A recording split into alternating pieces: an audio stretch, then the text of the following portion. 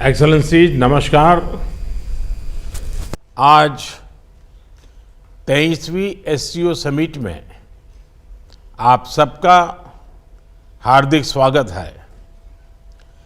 पिछले 2 दशक में एससीओ पूरे एशियाई क्षेत्र में शांति, समृद्धि और विकास के लिए एक महत्वपूर्ण प्लेटफॉर्म के रूप में उभरा है।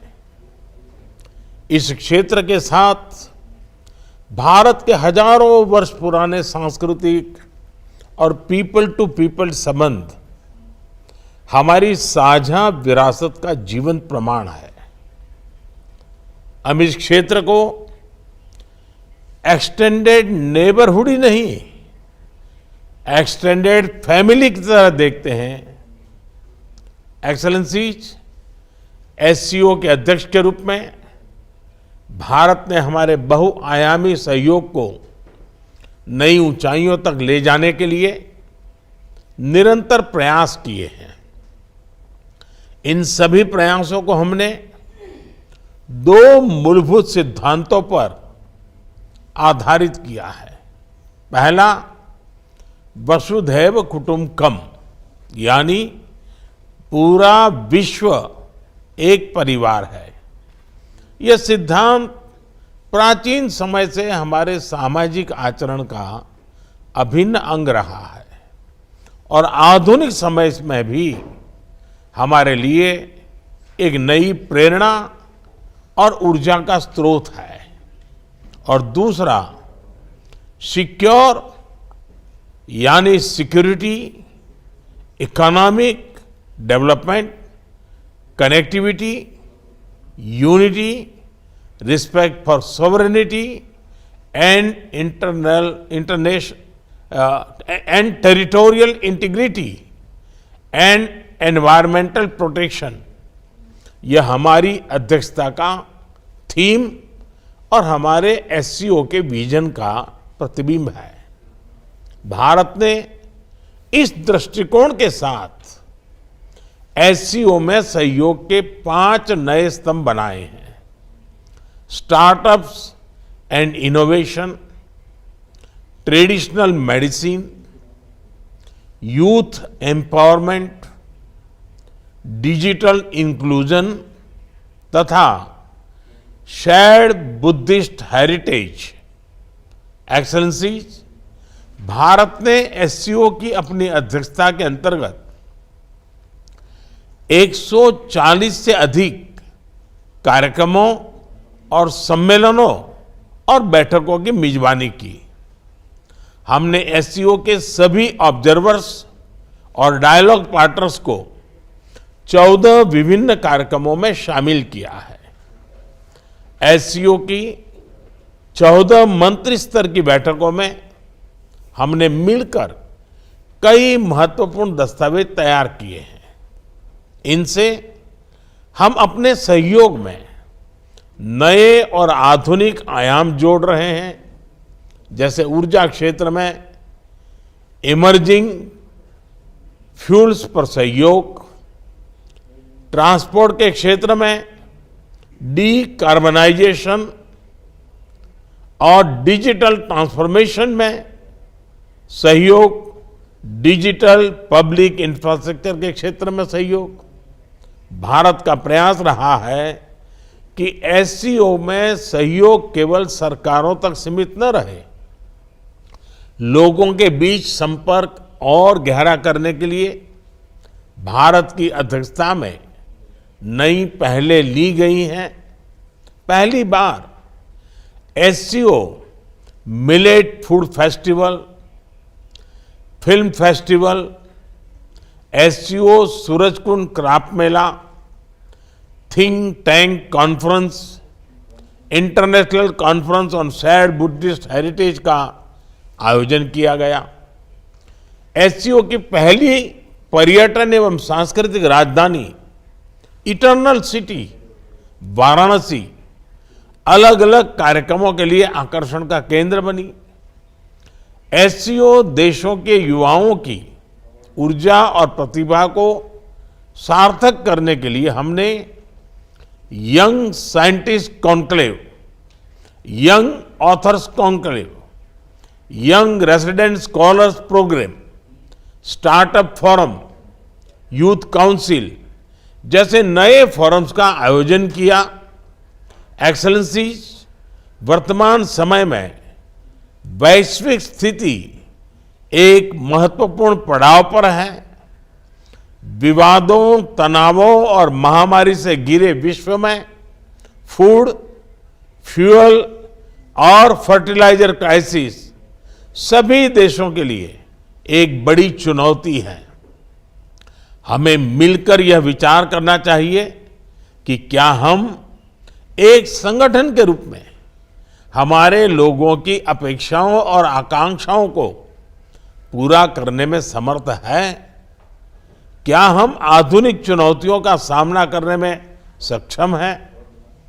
क्या एससीओ एक ऐसा संगठन बन रहा है जो भविष्य के लिए पूरी तरह से तैयार हो? इस विषय में भारत एससीओ में सुधार और आधुनिकीकरण के प्रस्ताव का समर्थन करता है। एससीओ के अंतर्गत भाषा संबंधी बाधाओं को हटाने के लिए हमें भारत के AI based language platform Bhashini को सभी के साथ साझा करने में खुशी होगी।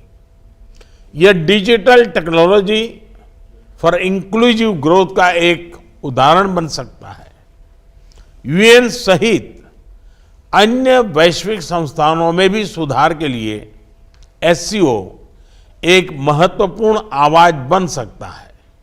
मुझे खुशी है कि आज ईरान एससीओ परिवार में एक नए सदस्य के रूप में जुड़ने जा रहा है।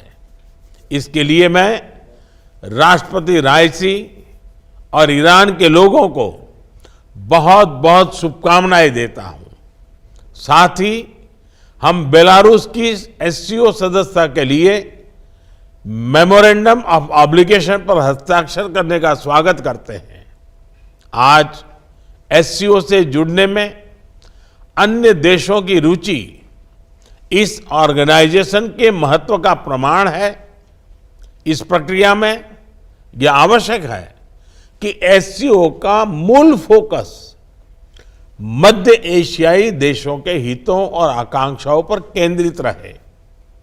एक्सेलेंसी, आतंकवाद क्षेत्रीय एवं वैश्विक शांति के लिए प्रमुख खतरा बना हुआ है। हम चुनौती से निपटने के लिए निर्णायक कार्रवाई आवश्यक है। आतंकवाद चाहे किसी भी रूप में हो, किसी भी अभिव्यक्ति में हो, हमें इसके विरुद्ध मिलकर लड़ाई करनी होगी। कुछ देश क्रॉस बॉर्डर टेररिज्म को अपनी नीतियों के इंस्ट्रूमेंट के रूप में इस्तेमाल करते हैं, आतंकवादियों को पनाह देते हैं। एससीओ को ऐसे देशों की आलोचना में कोई संकोच नहीं करना चाहिए। ऐसे गंभीर विषय पर दोहरे मापदंड के लिए कोई स्थान नहीं होना चाहिए। टेरर फाइनेंसिंग से निपटने के लिए हमें भी आपसी सहयोग बढ़ाना चाहिए। इसमें एससीओ के रेड्स मैकेनिज्म की महत्वपूर्ण भूमिका रही है। हमारे देशों के युवाओं के बीच रेडिकलाइजेशन के फैलावे को रोकने के लिए भी हमें और सक्रिय रूप से कदम उठाने चाहिए। रेडिकलाइजेशन के विषय में आज जारी की जा रही ज्वाइंट स्टेटमेंट हमारी साझा प्रतिबद्धता का प्रतीक है। एक्सेलेंसी, अफगानिस्तान की स्थिति का हम सभी की सुरक्षा पर सीधा प्रभाव पड़ा है। अफगानिस्तान को लेकर भारत की चिंताएं और अपेक्षाएं एससीओ के अधिकांश देशों के समान है। हमें अफगानिस्तान के लोगों के कल्याण के लिए मिलकर प्रयास करने होंगे। अफगान नागरिकों को मानवीय सहायता एक समावेशी सरकार का गठन, आतंकवाद और ड्रग तस्करी के विरुद्ध लड़ाई तथा महिलाओं, बच्चों और अल्पसंख्यकों के अधिकारों को सुनिश्चित करना हमारी साझा प्राथमिकताएं हैं। भारत और अफगानिस्तान के लोगों के बीच सदियों पुराने मैत्रीपूर्ण संबंध रहे हैं। पिछले 2 दशकों में हमने अफगानिस्तान के आर्थिक और सामाजिक विकास के लिए योगदान दिया है। 2021 के घटनाक्रम के बाद भी हम मानवीय सहायता भेजते रहे हैं। यह आवश्यक है कि अफगानिस्तान की भूमि पड़ोसी देशों में अस्थिरता फैलाने या एक्सट्रीमिस्ट विचारधाराओं को प्रोत्साहित करने के लिए उपयोग न की जाए। एक्सेलेंसी, किसी भी क्षेत्र की प्रगति के लिए मजबूत कनेक्टिविटी का होना बहुत ही आवश्यक है। बेहतर कनेक्टिविटी आपसी व्यापार ही नहीं, आपसी विश्वास भी बढ़ाती है। किंतु इन प्रयासों में एससीओ चार्टर के मूल सिद्धांतों, विशेष रूप से सदस्य देशों की संप्रभुता और क्षेत्रीय अखंडता का सम्मान करना बहुत ही आवश्यक है। ईरान की एससीओ सदस्यता के बाद हम चाबहार पोर्ट के बेहतर उपयोग के लिए काम कर सकते हैं। मध्य एशिया के लैंडलॉक देशों के लिए international north south transport corridor Indian ocean तक पहुंचने का एक सुरक्षित और सुगम रास्ता बन सकता है। हमें इसका पूरा पोटेंशियल रियलाइज करना चाहिए।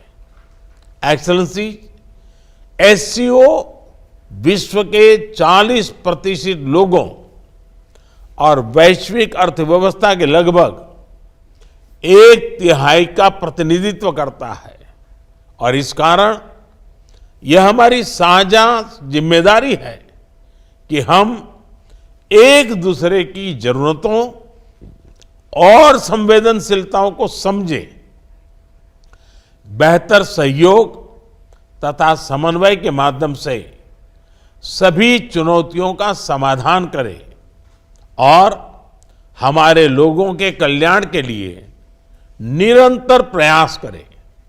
भारत की अध्यक्षता को सफल बनाने में आप सबसे हमें निरंतर सहयोग मिला, इसके लिए मैं आप सभी का बहुत बहुत धन्यवाद देता हूं।